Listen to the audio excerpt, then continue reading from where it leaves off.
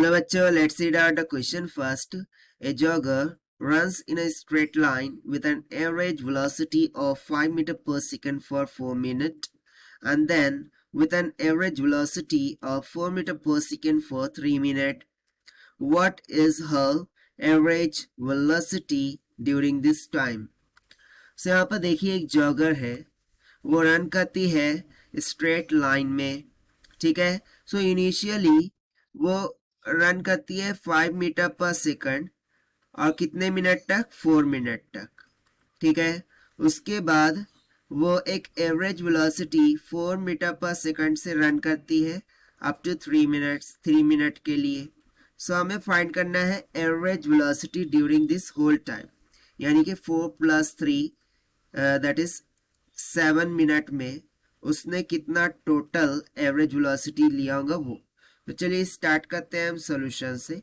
But before our friends, let's talk about the key concept which we are going to use here for this question. So many of you will calculate just by taking the average of 5 and 4. So that is not. यहाँ पर हमें simply method थोड़ा सा अलग लगाना होगा.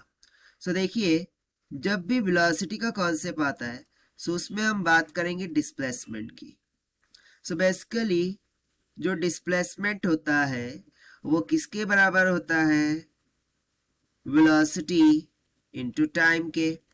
सो भाई इसी कॉन्सेप्ट का हम यहाँ पर यूज करेंगे. सो देखिए कैसे. सो लेट्स सपोज कि फर्स्ट केस में जो भी डिस्प्लेसमेंट था उसे मान लिया d1, वो इक्वल हो जाएगा v1 इंटू t1 के. So that will be equals to v1 कितना है 5 मल्टीप्लाई बाय t1 कितना होगा 4. इसको सेकंड में करते हैं तो 60 से मल्टीप्लाई कर देते हैं.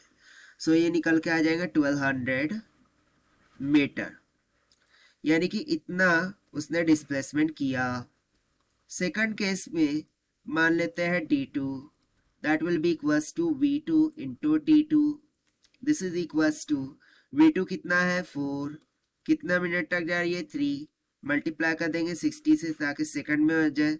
सो हो जाएगा 720 मीटर, ठीक है. यानी कि इतना उसने सेकंडली डिस्प्लेसमेंट किया. हमें फाइंड करना था एवरेज वेलोसिटी. सो अब लगाएंगे हम formula, that is v average, this is equals to the total distance और टोटल डिस्प्लेसमेंट, ठीक है. जो भी टोटल डिस्प्लेसमेंट उसने किया है वो divided by the total time, right. यानी कि मैंने यहाँ पर सिंपली क्या किया है, इस t को उधर भेज दिया है. सो हो गया v एवरेज का फॉर्मूला. सो यहाँ से v average is equals to total displacement क्या होगा d1 plus d2 divided by total time t1 plus t2. So this will be equals to d1 है 1200 प्लस t2 है 720 डिवाइडेड बाय t1. सो देखिए 4 6 12 यानी कि 120 second, ठीक है. मैं डायरेक्टली सेकंड में लिख रहा हूँ. एंड 3 6 18, सॉरी 6 चौक 24, मतलब कि 240 ना, 240 और 3 6 18 यानी कि 180.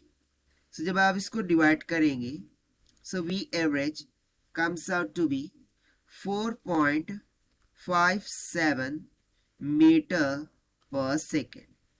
सो ये हो जाएंगे उसकी average velocity during this time 7 minute, ठीक है, जो कि हमने कैलकुलेट किया है by using the conceptual formula of displacement से.